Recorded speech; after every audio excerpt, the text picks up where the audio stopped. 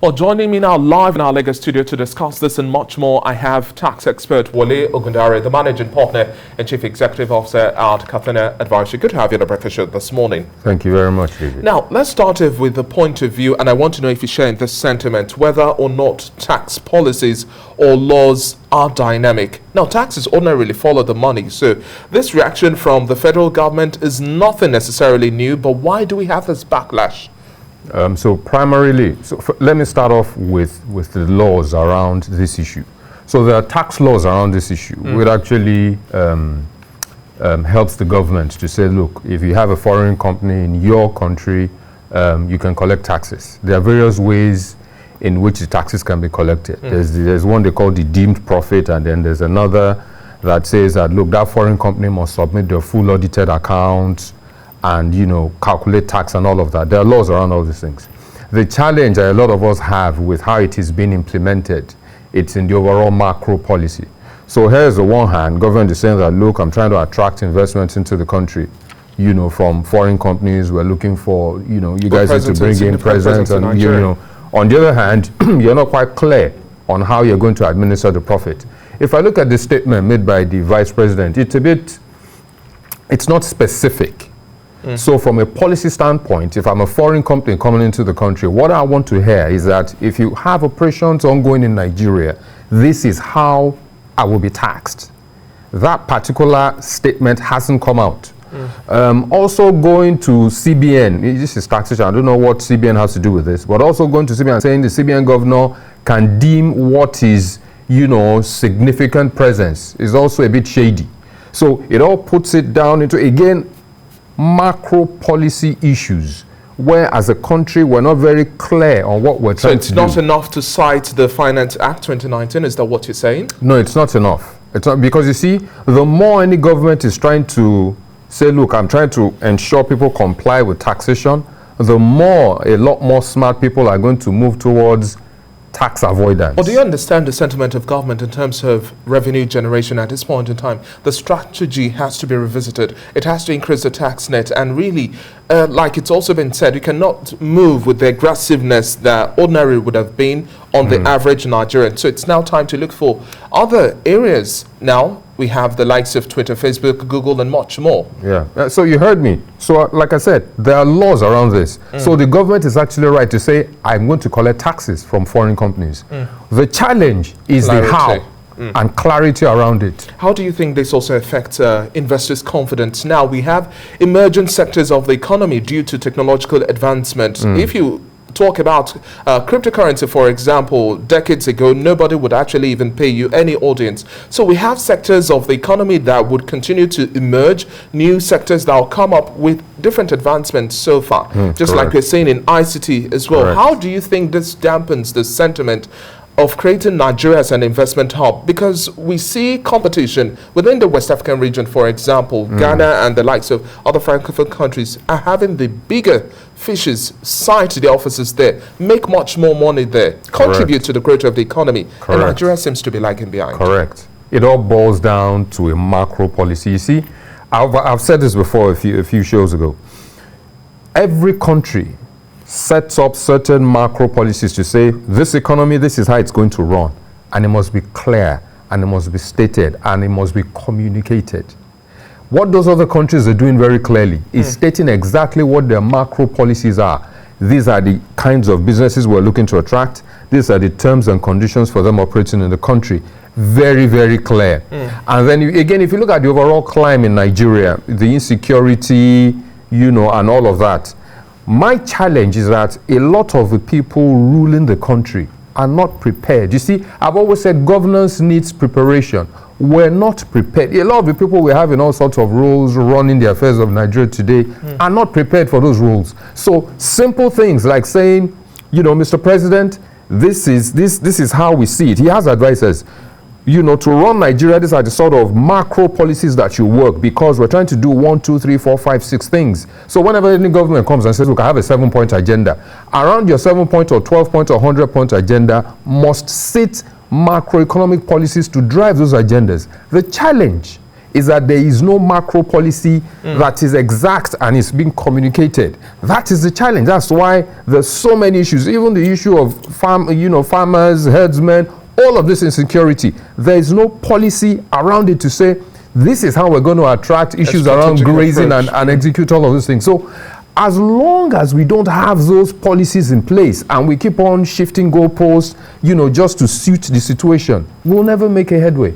The government is dealing with a whole lot in terms of investment promotion. You've made mention of the fact that we have insecurity as largely one of the biggest conversations for Nigeria, and the outlook from the global front is not necessarily favorable. But what sort of incentives do you think we now have to put in place with our tax policies?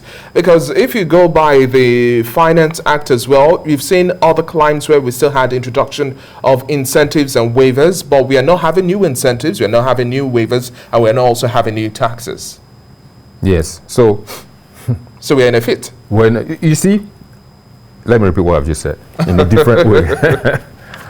Until the government is able to say these are the 1, 2, 3, 4, 5, 6, 7, 10 things we want to do. Pan Nigeria. These are the policies which will guide its execution.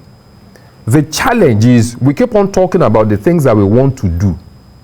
We never sit and go through, and that's where the pain point is. So this tax issue we're talking about, it's a very deep issue. Let me give you an example.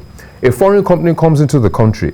The government says that, look, there are various ways in which I can tax you. There are two major ways. One is the one they call the deemed profit. The other one is I need you to submit your audited accounts, and all of the supporting documentation. What a lot of people are saying, and these are experts in the matter, is that the audited accounts of a foreign company are usually audited based on several other conditions of a country of residence. So you can't bring it here and apply it in Nigeria. So there's a bottleneck already. Why can't the government say, okay, going forward, we're going to use the deemed profit? Deemed profit is simple. If you earn 100 million in Nigeria, we will take 20% of that 100 million and apply 30% tax to that 20%. That comes to about 6%. Very clear. If they say that, that's a clear policy. So anybody coming into the country is very clear on what the policy is. If you operate in that environment, these are the terms. That's the kind of thing I'm saying. Until we're able to do that on a sector, on a business, same thing with automobiles, same thing with agriculture, right across, we won't be able to attract sustainable investment. If you remember the conversation we had around vehicles, where at one point government was saying, I'm encouraging people to come and invest. All of a sudden, government reduces the import duties on vehicles, and then people are flooding the country with vehicles. Those that have come in to invest, how do they recoup investments? The government didn't even think of it because, if I remember, what they can produce is about 4,000 or 5,000 cars per annum, all investors combined. Meanwhile, the country needs something close to about 600,000, 700,000, 800,000 cars per annum. So you see the divide. Somebody needs to sit down, understand. How do we force this sort of conversation? So you see, it is this kinds of forums, and I'm happy we're having this kind of conversation. This is how to ignite this sort of conversations. The people in charge of the policy affairs of Nigeria need to sit and say, what is the agenda of the government? Take a look at it again and look at what are the policies, covering each area that the government says it wants to cover. What are the policies? And actually, that's where the work is. The work isn't in, a lot of Nigerians will agitate and say, we want X. Yes, you want X. Some people now need to sit down and say, what are the policies to make X successful, and X can now be sustainable as a means of moving the country forward. Until we're able to sit and do that, we'll keep on going around in this vicious circle. And wrapping up our conversation now, what do you think is the future of our tax policy, tax collection measures, tax strategy, and a whole lot more? We have to revisit this sort of conversation, because looking at the impact of the COVID-19, it really still has to force government to think outside of the box. Yes, so I think a lot of what we've talked about again is what will help this. So in terms of tax laws, there's so many laws, and the laws are robust enough. The challenge has always been in its application. So I've always said, when you say I want to increase the tax net, yes, so the government has looked at that sector, particularly the tech. There are a lot of investments coming into the tech sector, and I say that, look, in that sector I need to tax them, which is fine. You know, if you're making money in Nigeria, you should be subject to taxation. The policies around the tax laws just needs to be clear. That's the point. Okay. You know, until we're able to do that, we won't even be able to support companies that need the right sort of incentives around their tax issues. You know, because again, if I'm supporting you based on incentive, on the other hand, as a government, I need to earn. What is the policy governing how I earn? Well, all of these really clarity is necessary within our tax policy, because at the end of the day, looking at a conversation about getting more promotion for our investment base and why Nigeria should be the select hub, we need all of this clarity to be brought forward to the full. Thank you very much for your time. Thank you on the very much, Breakfast Show this morning. Wale Ogunare, it's been a pleasure speaking with you, and we hope government is also listening. Thank you. Well, that's it from the business desk this morning. Man, thanks for watching so far.